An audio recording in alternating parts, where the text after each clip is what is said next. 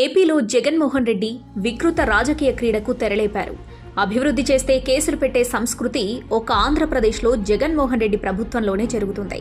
విభజిత ఆంధ్రప్రదేశ్లో యువతకు నైపుణ్యాన్ని పెంచేందుకు నైపుణ్య అభివృద్ధి సంస్థను ఏర్పాటు చేసిన చంద్రబాబుపై స్కిల్ డెవలప్మెంట్ కేసు నమోదు చేశారు.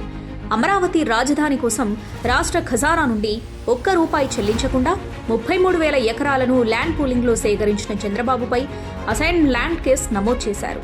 రాష్ట్రంలోని 13 జిల్లాలకు రాజధాని ప్రాంతానికి అనువుగా ఉండేలా డిజైన్ చేసిన ఔటర్ రింగ్ రోడ్ అలైన్మెంట్పై కూడా చంద్రబాబుపై కేసు నమోదు చేశారు. ఇంటర్నెట్ యొక్క ఆవశ్యకతను గుర్తించి ₹149కే unlimited internet, telephone, cable TV ప్రజలకు అందించిన చంద్రబాబుపై ఏపీ ఫైబర్ స్కామ్ కేసు నమోదైంది. విభజిత ఆంధ్రప్రదేశ్లో నిర్మాణ రంగం వేగం పుంజుకునేందుకు ప్రజలకు ఉచితంగా ఇసుకనిస్తే చంద్రబాబుపై ఇసుక స్కామ్ కేసు నమోదు చేశారు. మద్యపాన ప్రియులకు వారికి కావలసిన నాణ్యమైన బ్రాండెడ్ మద్యాన్ని తక్కువ ధరకే అందిస్తే చంద్రబాబుపై మద్యం కేసు నమోదు చేశారు. పేదల కొరకు పెద్దలు నివసించే అపార్ట్మెంట్లను తలదన్నేలా షేర్ వాల్ టెక్నాలజీతో టిడ్కో ఇళ్లను చంద్రబాబు నిర్మిస్తే వాటిని శిథిలావస్థకు తీసుకొచ్చిన ఘనత జగన్మోహన్ రెడ్డిది. టిడ్కో ఇళ్ల లబ్ధిదారులకు కూడా తెలియకుండా లబ్ధిదారుల పేరున బ్యాంకులలో రుణం తెచ్చుకుని వాటి నిర్మాణం పూర్తి చేయకుండా లబ్ధిదారులకు ఇల్లివ్వకుండా నేటికి రుణం బకాయిలు చెల్లించకపోవడంతో ఆ ఇల్లు బ్యాంకులు కైవసం చేసుకుంటున్నందున ఈ స్కామ్పై జగన్మోహన్ రెడ్డిపై ఏ కేసు నమోదు చేయాలి? ప్రభుత్వం చేస్తున్న అవినీతి అక్రమాలపై చంద్రబాబు పోరాడుతూ ఉంటే జగన్మోహన్ రెడ్డి అక్రమ కేసులతో బాబును జైలుపాలు చేశారు. రాష్ట్రంలో జగన్మోహన్ రెడ్డి పాలనలో అభివృద్ధి పూర్తిగా అడుగంటిపోయింది. ఉచితంగా దొరికే ఇసుకను బంగారం కంటే ఎక్కువ ధరకు విక్రయిస్తూ రెయింబవళ్లు దోపిడీ చేస్తున్న జగన్మోహన్ రెడ్డిపై ఎన్ని కేసులు పెట్టాలి? మద్యం ప్రియులు సొమ్ము చెల్లించిన వారికి కావలసిన మద్యం సరఫరా చేయని జగన్మోహన్ రెడ్డిపై ఏ కేసు నమోదు చేయాలి?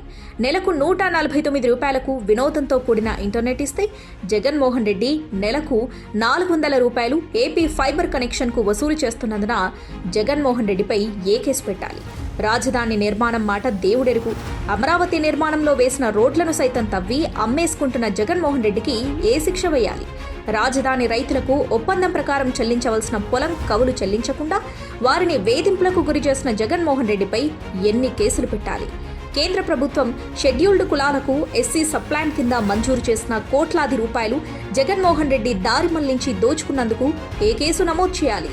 ప్రజల నుండి సంపన్నుల రూపంలో వసూలు చేసిన సొమ్మును ప్రభుత్వ భవనాలకు వైసీపీ పార్టీ రంగులు వేసుకుని వేలాది కోట్ల రూపాయలు దుర్వినియోగం చేసిన జగన్మోహన్ రెడ్డిపై ఏ కేసు నమోదు చేయాలి?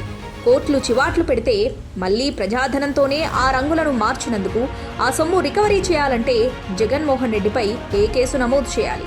పర్యావరణ నిబంధనలకు విరుద్ధంగా ప్రజావేదిక నిర్మించారని ఇది చట్ట వ్యతిరేకమని చెప్పి అధికారం చేపట్టిన మరుసటి రోజునే ₹33 కోట్ల ప్రజాధనంతో నిర్మించిన ప్రజావేదికను కూల్చేసినందుకు జగన్మోహన్ రెడ్డికి ఏ శిక్ష వేయాలి? జగన్మోహన్ రెడ్డి పర్యావరణ అనుమతులకు తిలోదకాలిచ్చి ఇసుక క్రమంగా తవ్వడం, విశాఖ రిషికొండపై తాను నివాసం ఉండటానికి 500 కోట్లతో విలాసవంతమైన భవనం నిర్మించడం ఇవి చట్టాన్ని అతిక్రమించడం కాదా?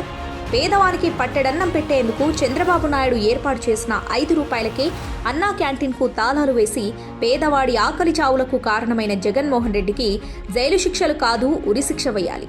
జగన్మోహన్ రెడ్డి పాలన చూస్తే వెనకడికి ఎవరో చెప్పినట్లు చెప్పేవి శ్రీరంగ నీతులు, దూరేవి దొమ్మర గుడిసెలు అన్న సామెతగా తయారైంది. మాట తప్పం మడప తిప్పం అంటూ ఎన్నికల ముందు ప్రగల్భాలు పలికిన జగన్మోహన్ రెడ్డి పాలన మొత్తం మాట తప్పడం మడమ తిప్పడం తప్పితే మరొక ప్రగతి లేదు.